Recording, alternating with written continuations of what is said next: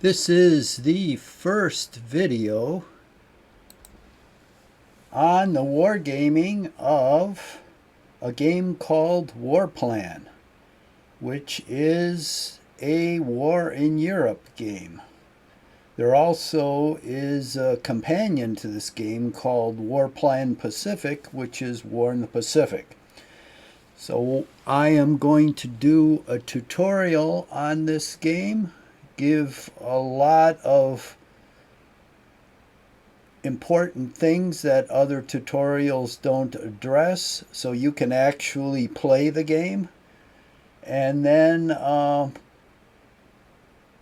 play Wargame this game. And I've only played it once as a German, and that's what I'll be doing again.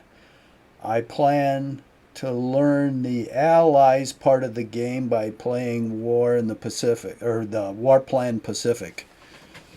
But right now I only know enough to play the Germans. I have a game in progress, and we'll look at that a little later.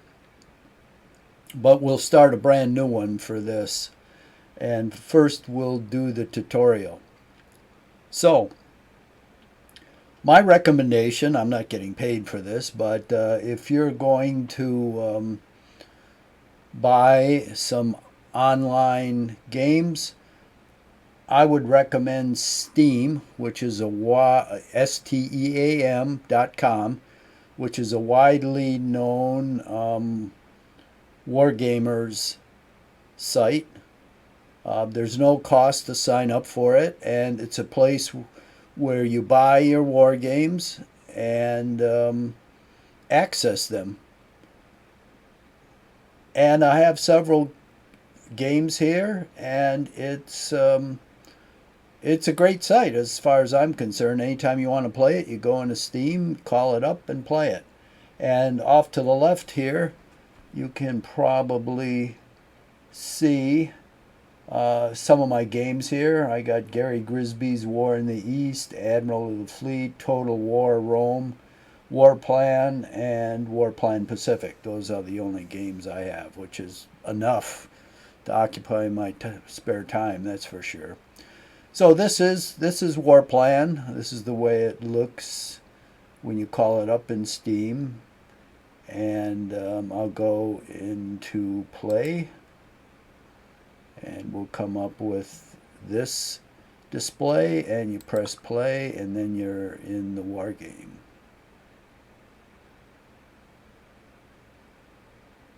At least I hope so. Okay, just takes a minute to load in.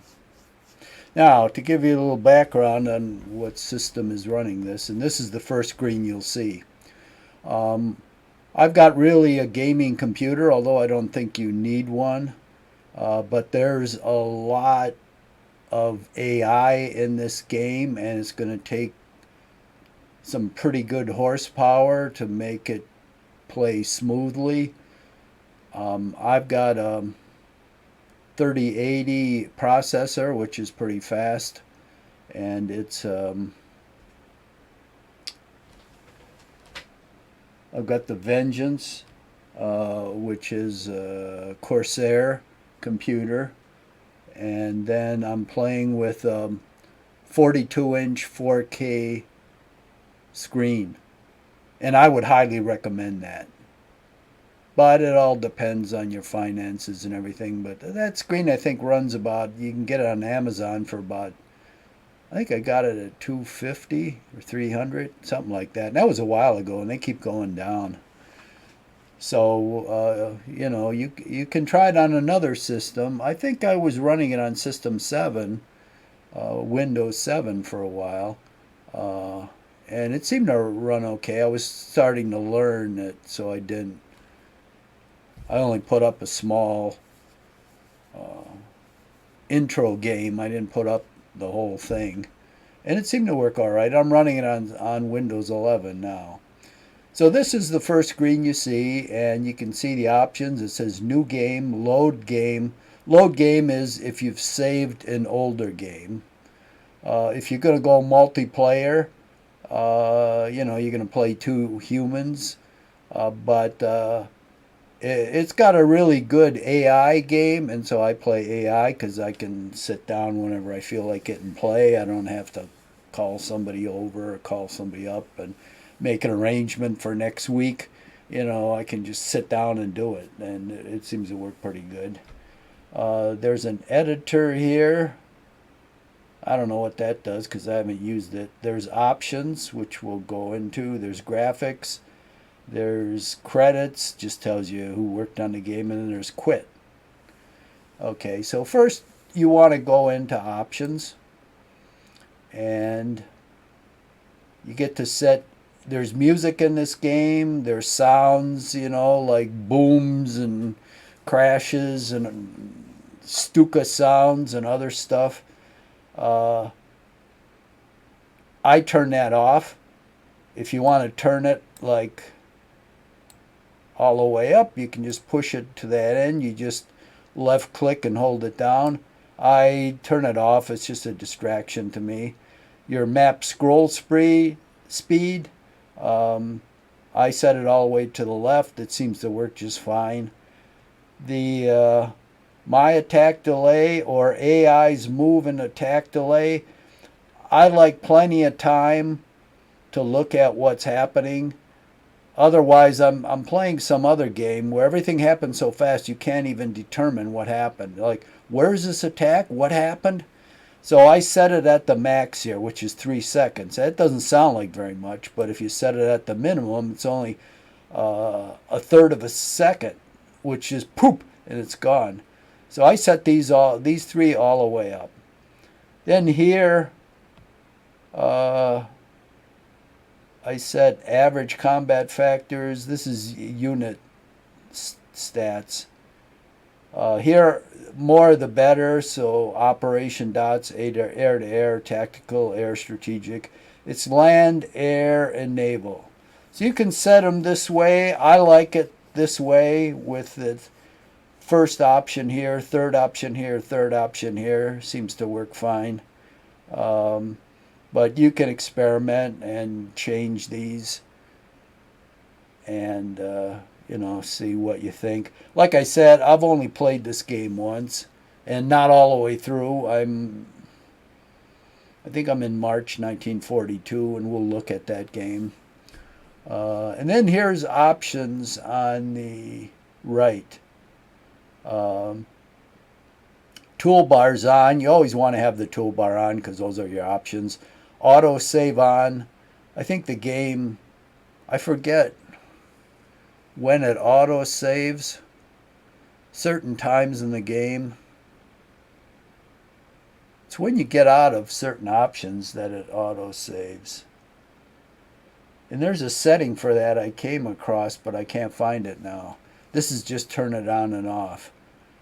And I know when you get out of the game at the end, it auto saves. But you can do saves yourself during the game, which I do sometimes. And there was an auto save where I think there was a setting where you could save every turn, but I can't find it now. I'll have to look for it. Scrolling on and off. And what that means is if you go to the edge of the screen, it'll roll to that side.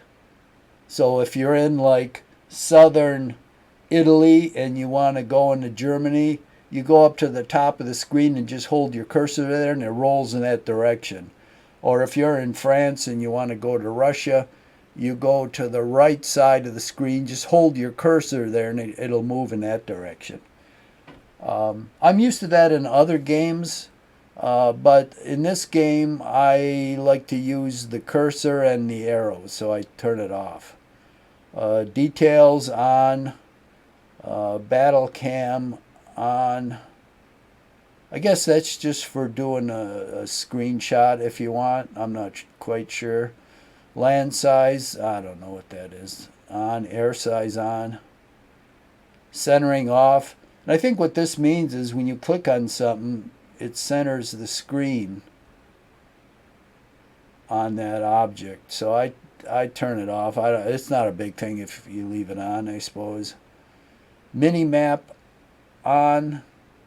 Now you don't see the mini map now.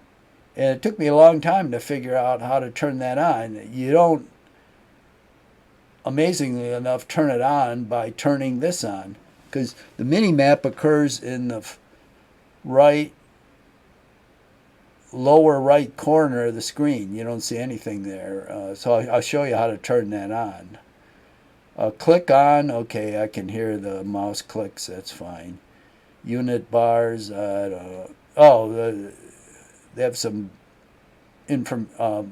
color bars on the units, so I'm used to that with another game, and in that game it signifies division counters. I'm not quite sure what it signifies here. Counter set, you can just click on this. You get, I think, the choice of 2 or 3 counter sets. The way the counters look on the board, I'm used to the old-fashioned NATO counters, so I like counter set 1, but we'll go through these options when we get to the map, because you can call this up during the game, and we'll go there. But I'm just kind of like running through these because I've never seen anybody else do that in the tutorial video. And they might have, but I just didn't remember it. I don't know. So unit hover on, you always want that on, because whenever your mouse goes over a unit, then you get information, or if it goes over a hex, and you want that. Diplomacy off. I'm not really interested much in playing a diplomacy game. They have a whole module where you can play diplomacy to influence other countries to join you, or influence other countries not to join the enemy. And I've looked at it and it looks interesting, but I'm kind of here for the military. This text one is very important, and it took me a long time to figure this out. I've got it at 1.5. What happens is, if you set your screen, your monitor screen, on 4K resolution, and you know this if you've ever done that, all of your text on your screen looks really small. And I'm an old fart, and my vision isn't what it used to be, even with glasses. And I can't read that shit. It's just too small. It's set at 1.0. So I'll show you the difference it makes. When you set it at 1.5, it's like your toolbar is a size where you can see it. And you can even set it bigger if you want, but since I'm not blind, 1.5 is good.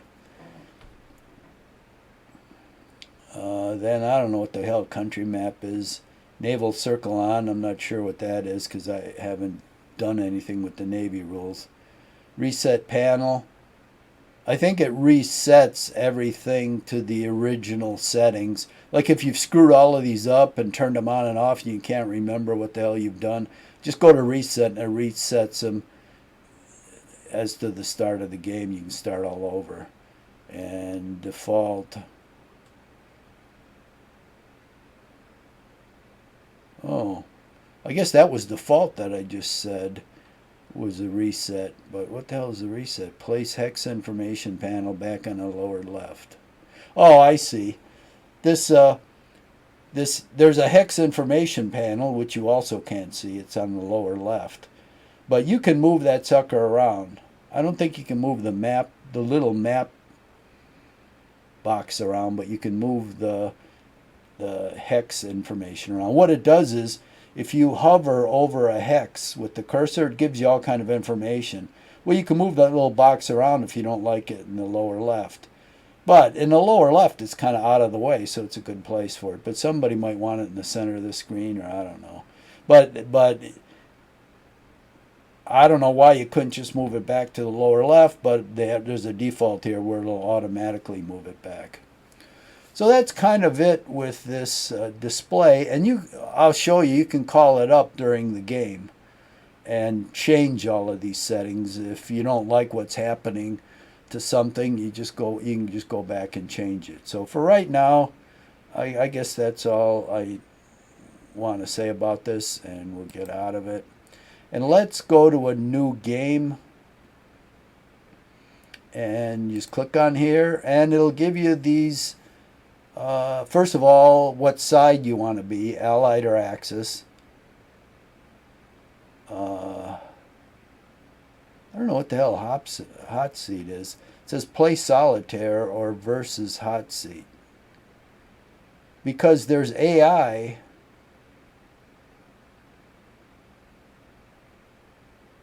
Well, I don't know. Maybe that's what I accidentally turned before, clicked on before. I thought I just clicked on Axis.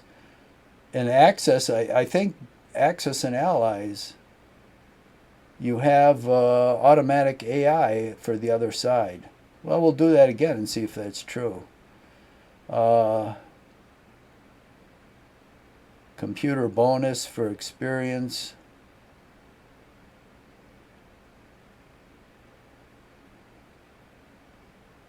I guess this somehow will affect the game. I haven't really looked at this to set these. I know experience and effectiveness are two things that go on the game. Maybe you can make it harder or easier, probably. That'd be my guess.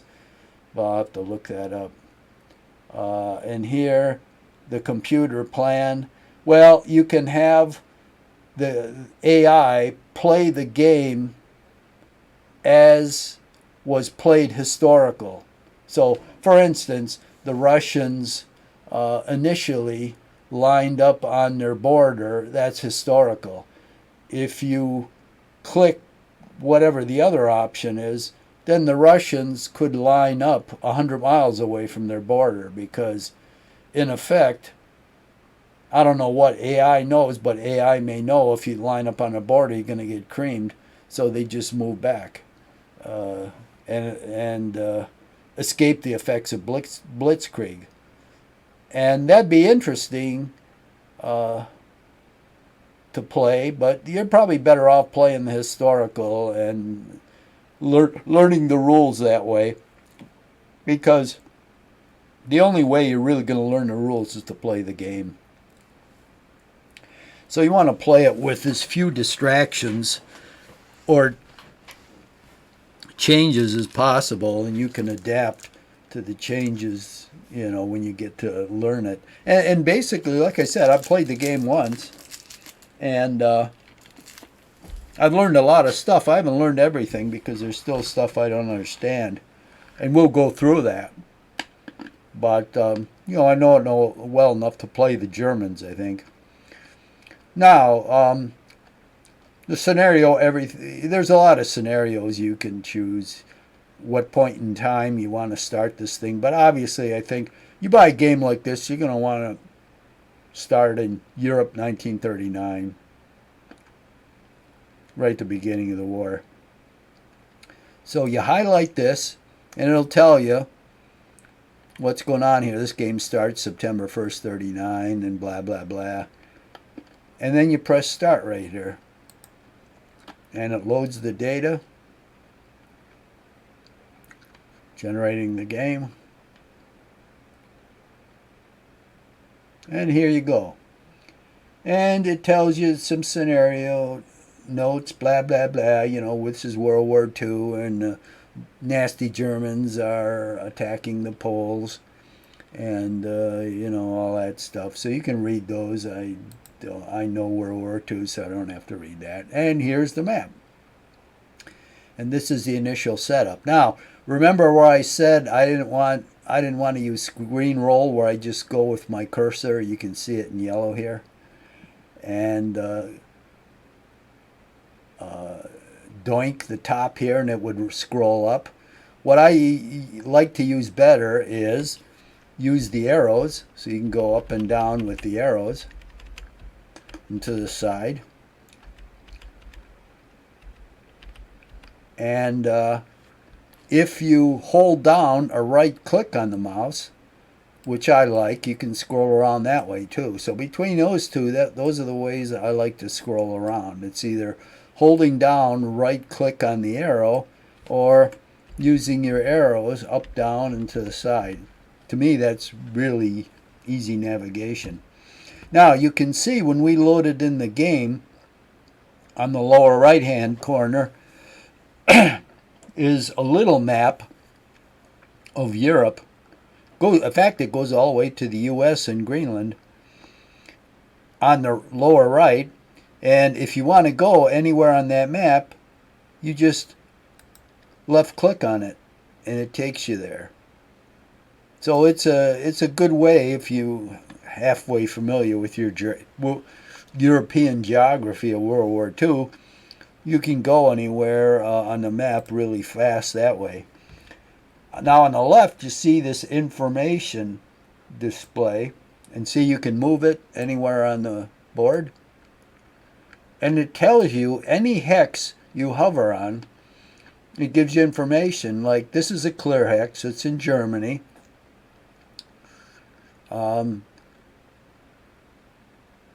It has 0 port capability.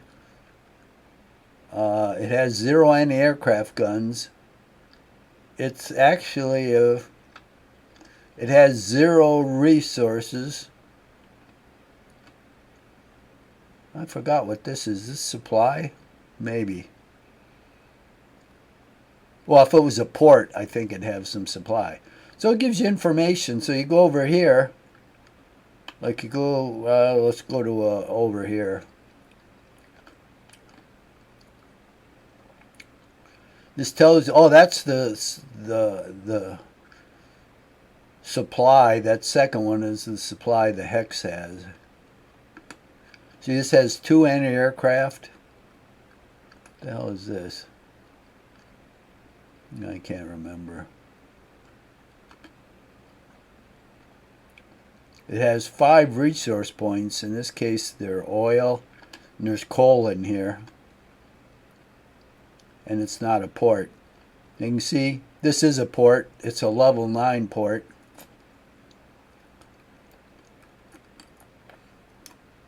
So wherever you hover with this, I like it in the lower left corner actually, so put it back there. It is kind of out of the way there, but I don't want it to irritate me by being right in the center. So you can see 2 gears up here on the top right that I'm pointing to. You left click on the gears and you can see that same display. This doesn't move around, that we saw in the beginning.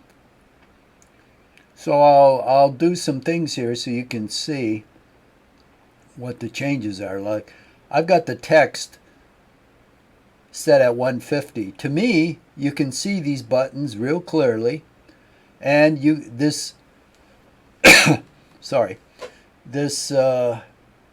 pop-up box opens up and I can read everything on it real clearly. So it's a good size for me.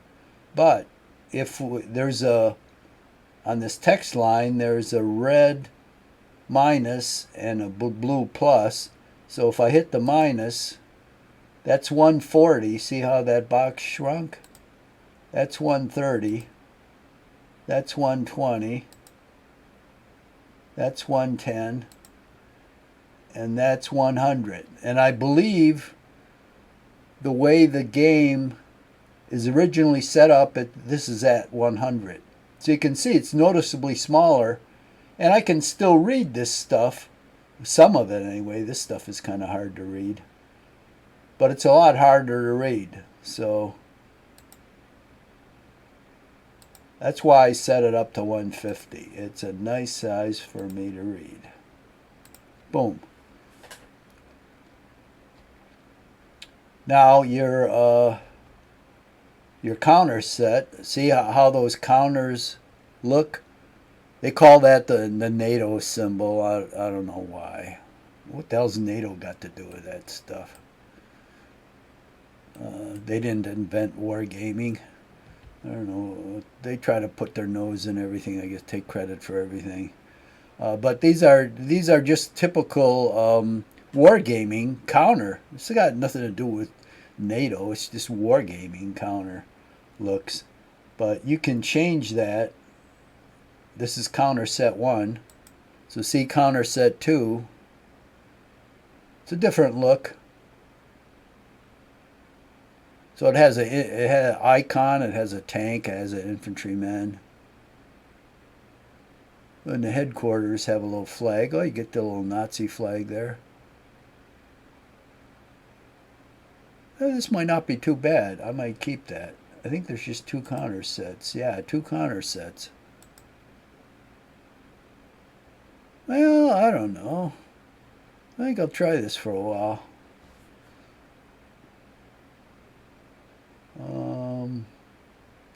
Now, on here, on the options, you see there's 2 boxes up here, game and graphics. Okay, if you click on the graphics one, here's where you set your screen resolution. And I'm not sure whether it automatically detects what your screen resolution can be and it sets it. But you can set it to anything you want here. So the highest resolution is 3840 by 2160. You just left click on it and then it shows up down here. And these are arrows. You can go either, well, you can't go up from there, but you can go down from there. So if you've got a lower resolution screen, you know, you'll be somewhere down here. And then, well, these are for colorblind players. So you can set the text in color or white. And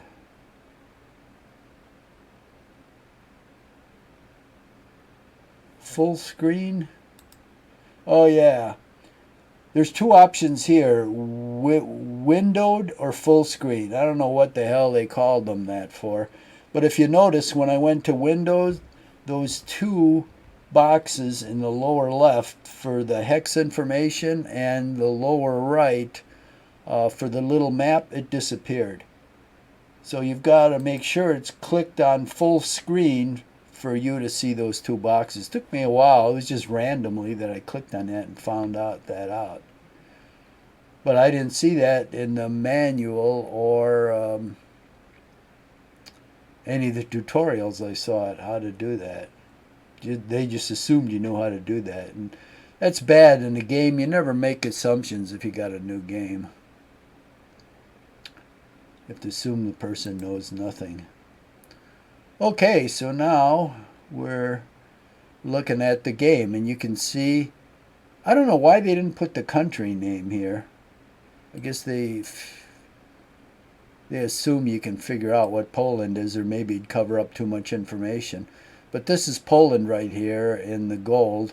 You can see the Germans are surrounding Poland. The Russians are in red here. And you got the Frenchies in blue. You got the Italians in green.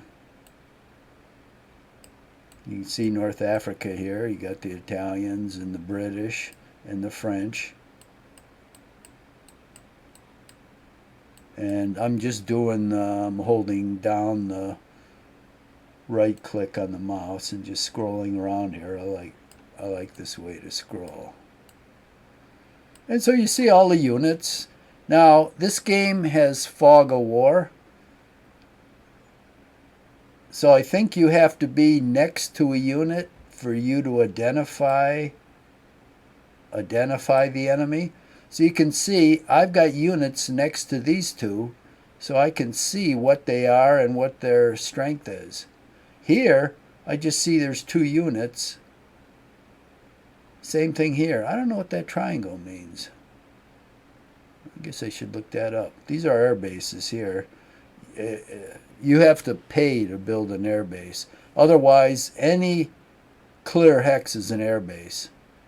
But any hex where there's terrain, you can't base your air unless you build an air base and put it there. So you can see these 2 units here. This unit I can't see. This one I can see because I'm next to it. So you can see I can't see any, as the German player, I can't see any of the Soviet units. I'm not next to them. I can see some of the French, but not all of the French. So this makes the game really interesting. Now in this game, it's kind of different than most of these computer games where they have fog of war. I'm playing one by, I keep forgetting the company name. I think it's Game Design Workshop. Game Design something. I always get the name screwed up. But anyway, their fog of war is you don't see the pieces you can't see. So in other words, and they have World War II games too, which I have a couple of, but I mostly play their Napoleonic, and I've got some of their Civil War ones too. But see, these units here, you wouldn't be able to see at all. There wouldn't be anything there, and the same thing here. I kind of like that better, and there must be some reason they handle. Maybe it's because of the complexity of the AI they've got set up, where they let you see those units. But in some games you don't see them at all. So like I wouldn't see any of the Russian units at all. But here you see all of the units, but you don't know what it is. It's not a dummy unit, it's a real unit, but you don't know what the strength is. So this is kind of the map, and you can see there's like a girder. You can hover over the map here, and your display on the left will tell you it's that girder there means it's iron ore. And this is a main supply center for Germany, and it tells you there's 2 anti-aircraft there, and there's 10 points worth of iron ore. And you can see the yellow anti-aircraft gun means there's some anti-aircraft there. When it turns orange, that means you have the maximum anti-aircraft there, which I believe is 6. So these are kind of low-level anti-aircraft, but it's the start of the war, and you can build more. Now you go over to this hex, and it says synthetic oil. That's a very important hex. And I guess they use a girder on this little display, that square in the lower left, to mean any resource. So it uses the girder even if it's oil, but it tells you it's synthetic oil. Over here, this is just an urban area, so there's no resource there. And here, it's coal. There's a little pile of coal there. I suppose this is supposed to be a coal shuttle. Here, there's coal and oil, because you can see by the pile of coal and the barrels of oil. So you can see, and this 5 is the quantity of resource there. So here you got like 10s and 15s. This is Essen, that's in the middle of the Ruhr. And, you know, obviously the resources are a lot higher. And over here, like in Vienna, and I don't know what this is, what city that is. Munich here you can see is a 5. So you can see in France, you've got the same thing. In fact, in all countries. It kind of tells you how important the hex is, because it tells you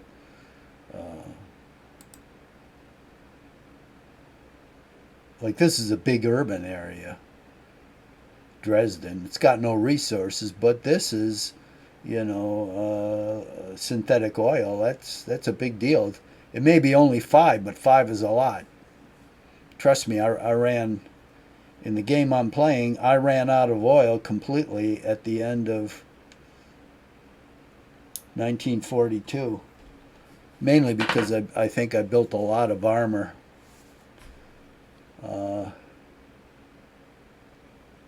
And I sucked up all the oil, a lot of armor and all my Air Force. So Christ, I got this big armed forces for Germany, but Christ, I've got no fuel. Like, sits there most of the time. In fact, I sat there for 3 months. I couldn't do anything. I couldn't even move aircraft. I didn't have any oil. So anyway, there are like two of these options that you use all the time, and a couple more that you can use or not use. So we'll go through these from left to right just so you know what it's about. Now this is your build option. That's your first one. It's supposed to look like a factory. And it tells you, if you've ever played War in Europe or War in the Pacific, you know, they had this economic multiple that you multiplied your production by, and it increased if you were the Germans throughout the war. Well, they got the same thing here. So it starts out for Germany at 1.01, and it keeps going up as they increased probably through 1944, and then it goes down. It tells you how much oil you have here. You're producing 55 units of oil a turn, and you're consuming 14% on upkeep, which is maintenance of your units. And basically that's your Navy and any mechanized or motorized units. I'm not sure whether infantry units suck up oil. Let's see if a large infantry corps. Well, you don't need oil to build it. I'm not sure you need oil to maintain it. The Germans, well, they only had about 700 vehicles in a infantry division, less, 700 under ideal circumstances.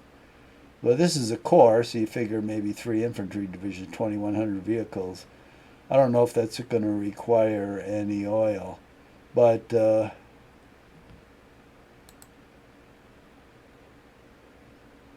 it doesn't take oil to build them, but I think it takes oil to maintain them. And so you got the Navy and everything else. So for the Germans, it takes 14 oil to maintain, and they've got 91 in stock.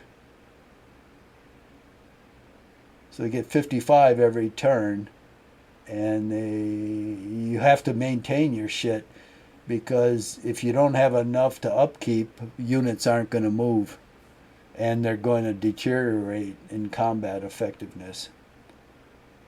So this is just for information purposes. It's got your manpower. Germans get 32 units of manpower per month.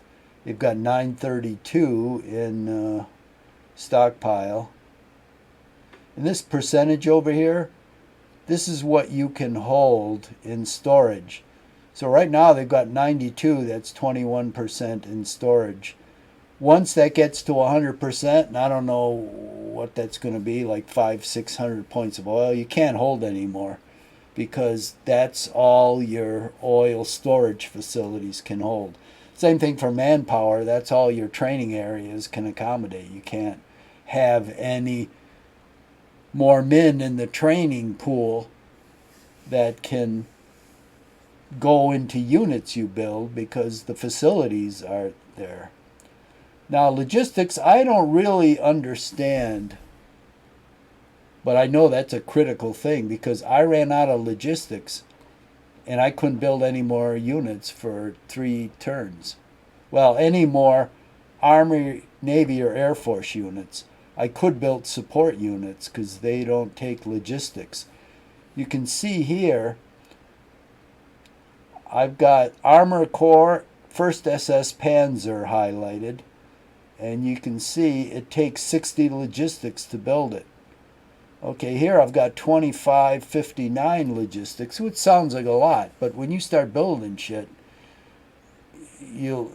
that'll get used up. And like I said, by late 1942, it was all used up, and I couldn't build anything out of the Army, Navy, or Air Force, because all of that stuff took logistics. And I don't understand what it is. I've read the rules, and the rules don't tell you jack shit. The rules aren't very good, to tell you the truth. I mean, in some parts they are, but they miss out a lot of stuff that you need as a wargamer. You need to know, or you want to know. And I don't think a wargamer wrote it. And I think that's typical of most wargame rules. They get a non-wargamer to write them, and he doesn't know shit about the game. And maybe he isn't even a wargamer. He writes rules. And I used to write operations manuals for a bank, so I know what that's like. You don't have to know, like in the bank, I didn't have to know anything about how they did the job. Some guy would write this suggestion like, oh, this is how we should do it. And then you would have to go out there and look at how people actually did it and get some feedback, and then decide if this guy had any good thoughts here. And sometimes they were screwy and you just threw them away.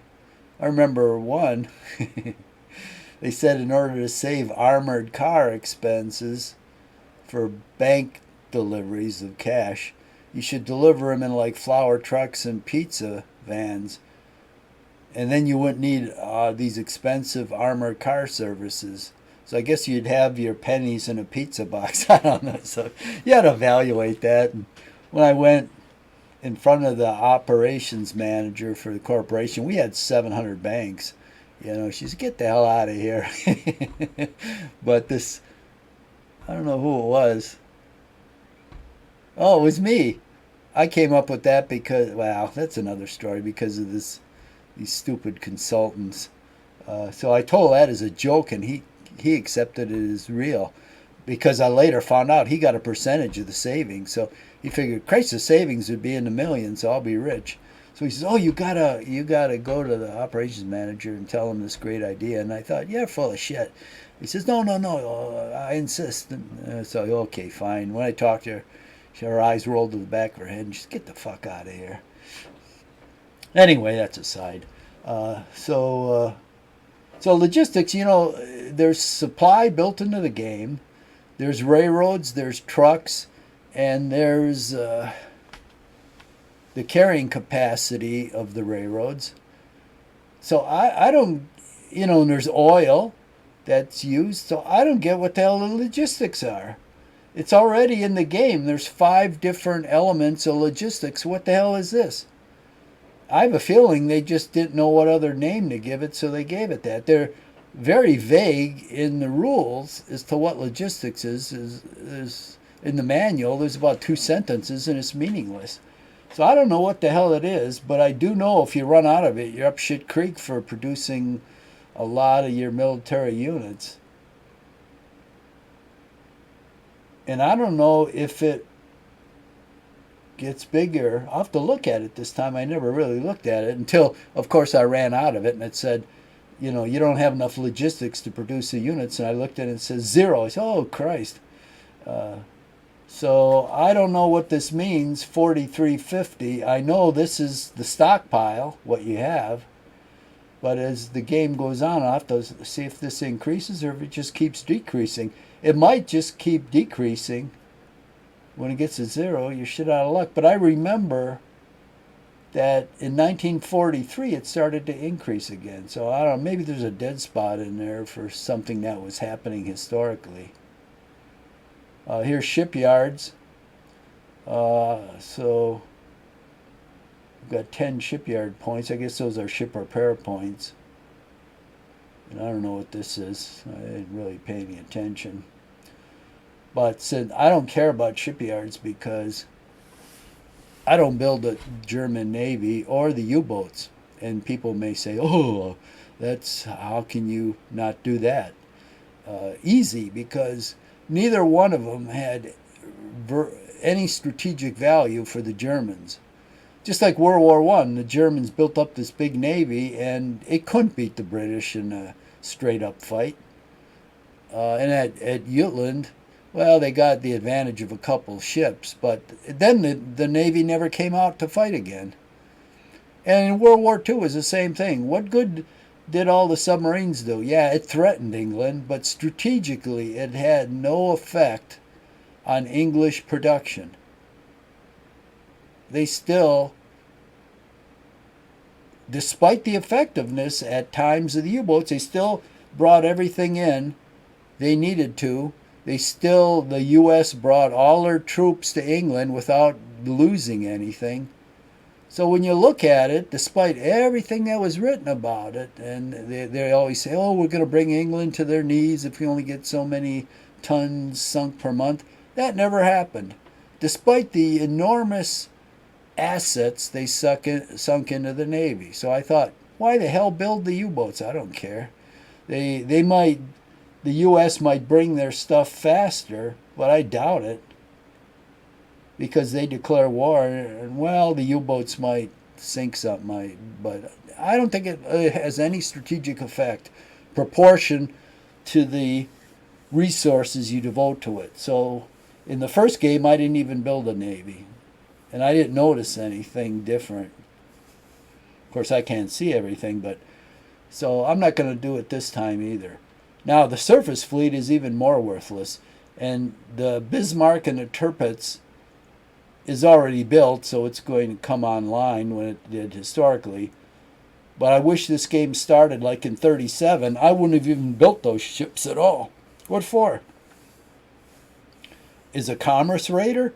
I mean, how many ships do they sink? 2 dozen? Oh, that's nothing. It's worthless.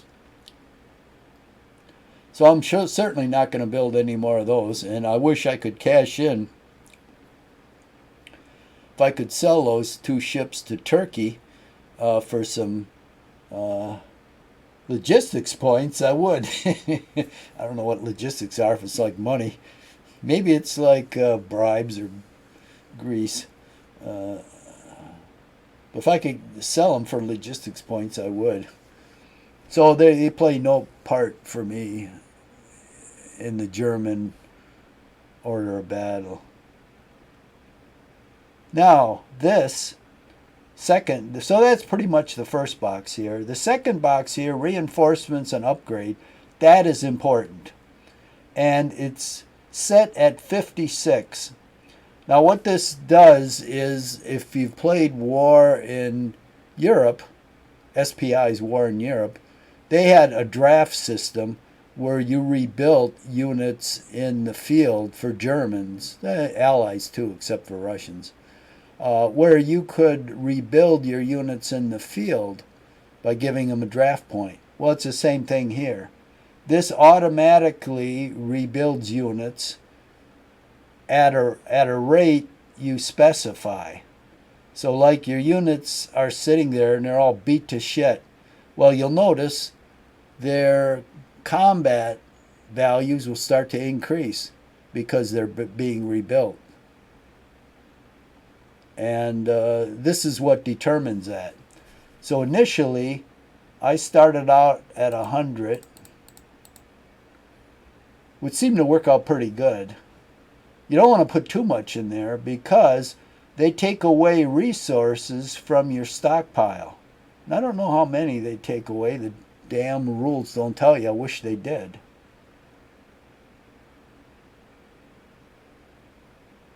In fact, they don't have anything on rebuild. See, whoever wrote these rules leaves a lot to be desired. Because as a wargamer, I would ask the guy that designed it, okay, how does this work? What resources does it use to upgrade the units? And how long does it take? Like when I set it to 106, is that more replacements being trained? I think so. But I'd like to know a lot more about that, but there's nothing in the rules because a dork wrote the rules, probably a computer geek, and he doesn't know shit. But that's something I would like to know. And you're not going to know that unless you talk to the designer and you sit down and you say, okay, what did you design AI to do for this, and how does it do it? I'd like to know that. So that's what it means. And I think in 1942, for the Germans, because the army grows so much bigger, I set it up to 200. So I always want those units in the field to be maintained, even at the expense of building some new ones. I mean, Hitler always built a new one, and the Russians always built new. I said, Well, Hitler for the most part. Well, I shouldn't say for the most part. I'll say sometimes, because they had a big replacement army. It was over 1 million men, the Germans. So they did have a big replacement army. But Hitler preferred to build new units rather than um, reinforce existing units. They combine conf groups sometimes. That's what they call these beat to shit units. And they combine these conf groups into one unit. And these conf groups would fight on the firing line instead of going to the back to rebuild. They just remain on the firing line. Now the Russians never rebuilt their units. They would let them get eliminated, and that was it. They'd just keep building new units. So a division would fight out. They'd start out at 10,000 men. They'd go down to like 500, and they'd still be listed for a division, and they wouldn't get any reinforcements. So, but I'd recommend kicking that up if you're playing the Germans to 100. Okay, over here you've got supply trucks at 40. Now,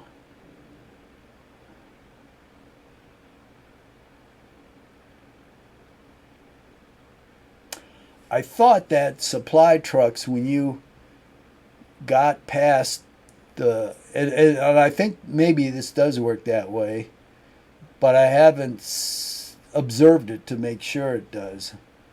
When you got past the end of your rail,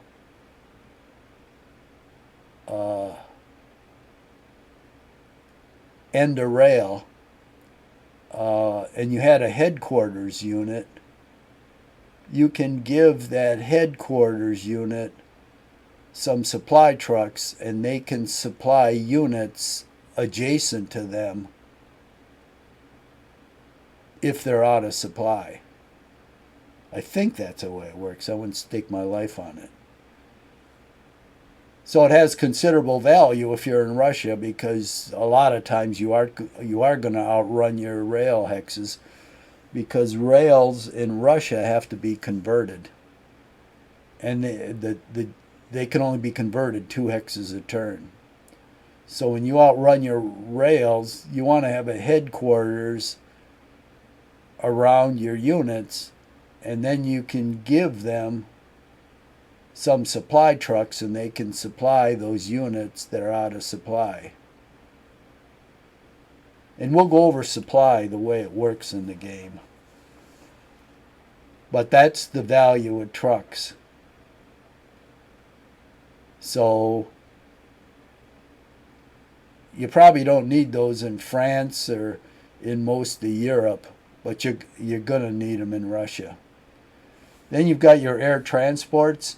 Okay, you're going to need those, and you can build trucks and air transports. You're going to need those when you drop airborne units. And you can use those for air supply, like the Russians did in Russia in 1941, 42. These are transports, and you obviously can transport people around by sea, and the only use the Germans have for these is to invade Norway.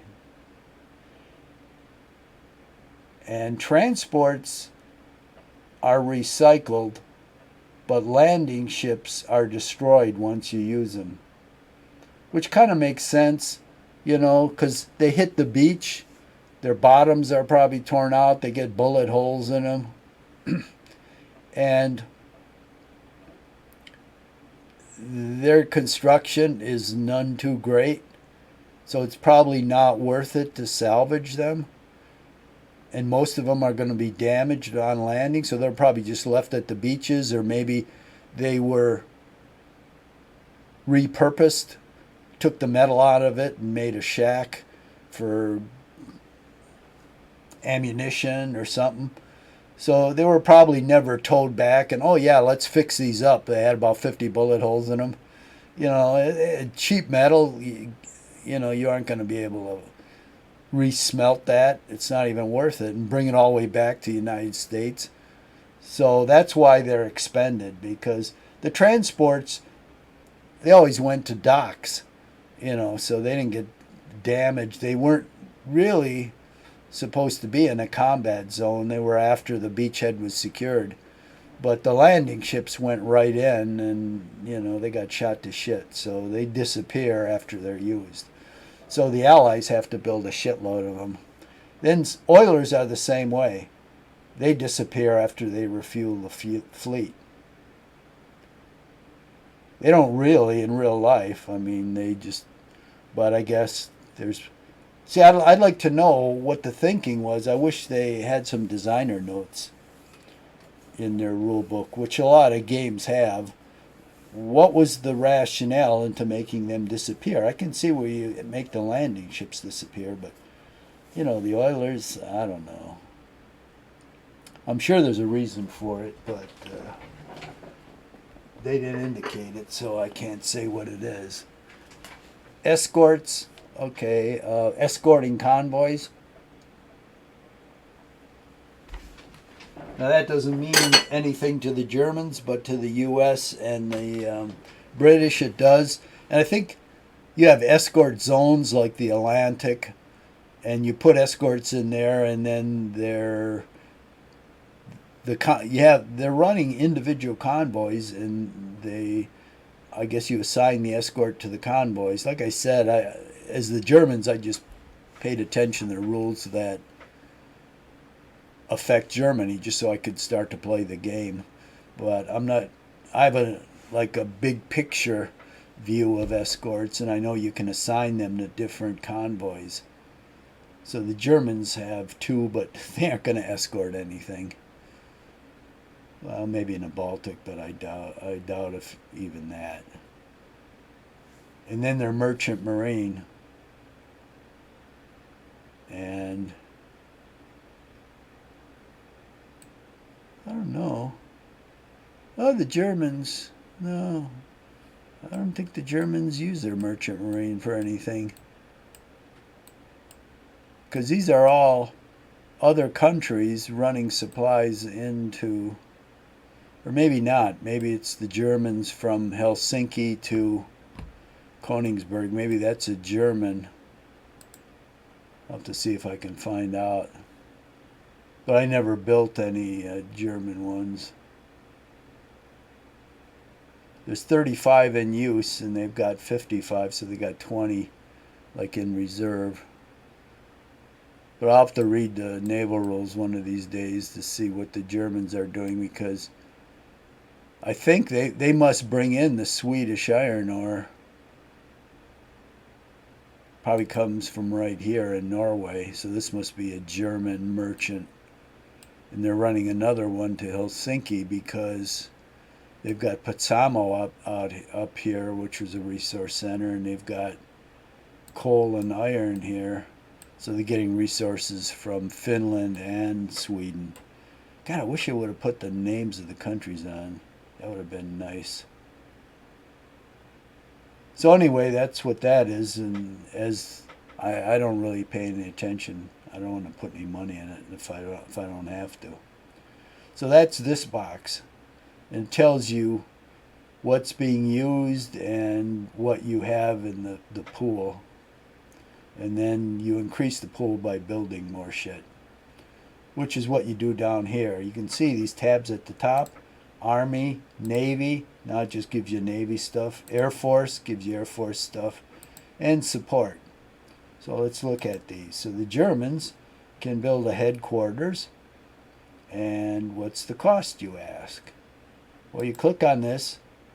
It shows you can build the 12th Army. You can go down here and build any of these. Panzer Group. And if you don't like the names, you can change the names as custom here. So you can, if you say, well, I'd like this to be the 1st Army, you can just change it to the 1st Army. Or if you want to say, oh, I want this army to be called Vicious, well, you can put that name here, and that's what it'll be known as. And this tells you what the cost is to produce it. So you've got production points, which you've got up here. So I've got 200 in stock, which means I can build 2 headquarters and then I'm out. I've only got 4 points left. 10 logistics, 10 manpower, no shipyard because it's not a naval. Build days is 120. The experience is going to be 70% because it's not combat tested. Once it's been in combat, the experience goes up. So if you say purchase, the deductions will be made and it'll go into your production queue. So here you've got infantry division, infantry corps small, infantry corps large. I usually just build infantry corps large. So it's 180 production points. So if I built that from the get-go, that sucks away almost all of my production points. 30 logistics. No shipyard, takes 60 days.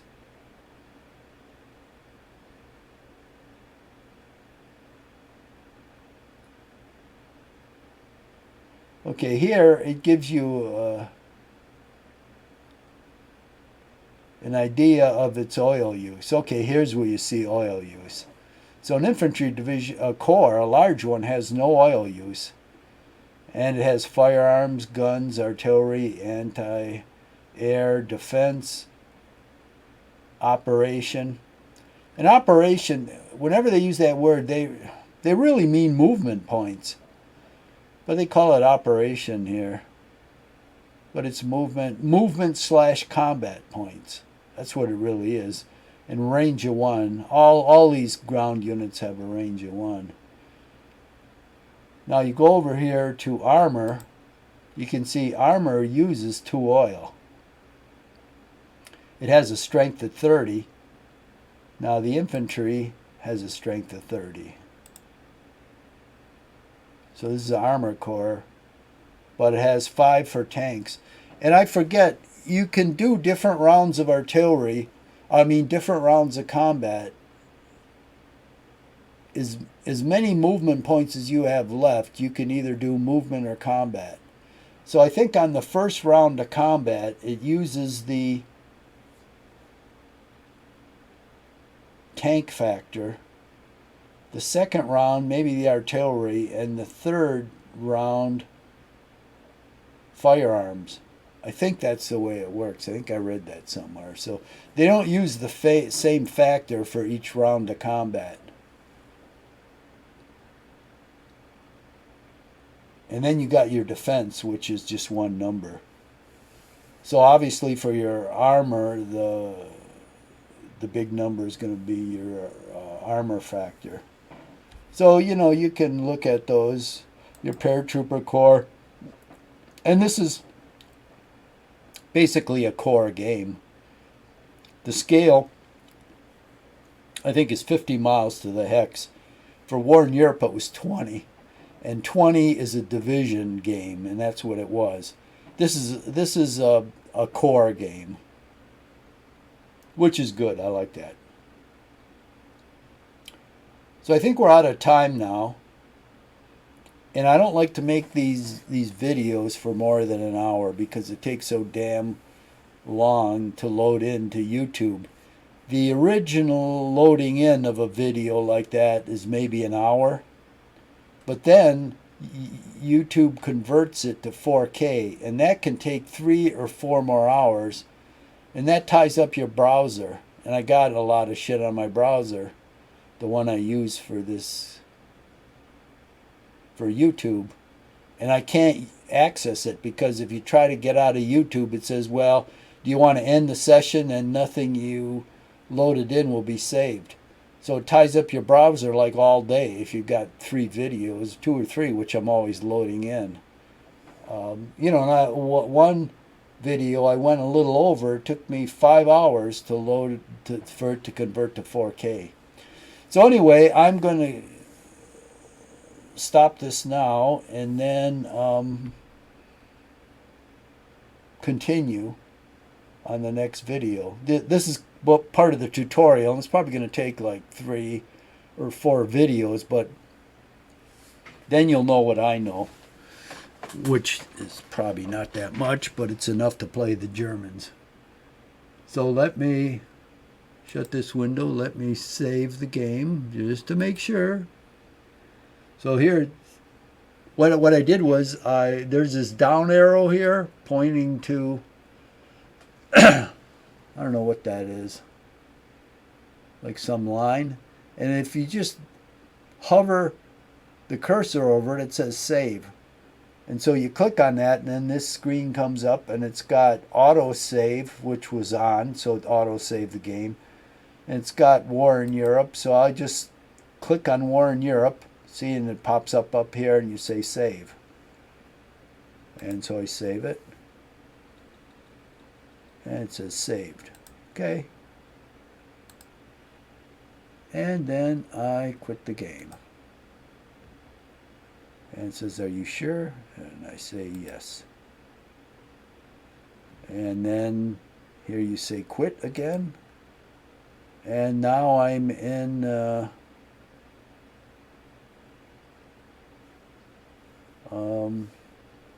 Steam. Now, see this, and this is too bad, this toolbar at the bottom, when you get playing the game, it uses a space so you can't access it. And I shut off my my screen recorder. I have to see this toolbar, so I have to get out of the game in order to shut it off. So I'm going to do that right now, and then in the next session we'll continue.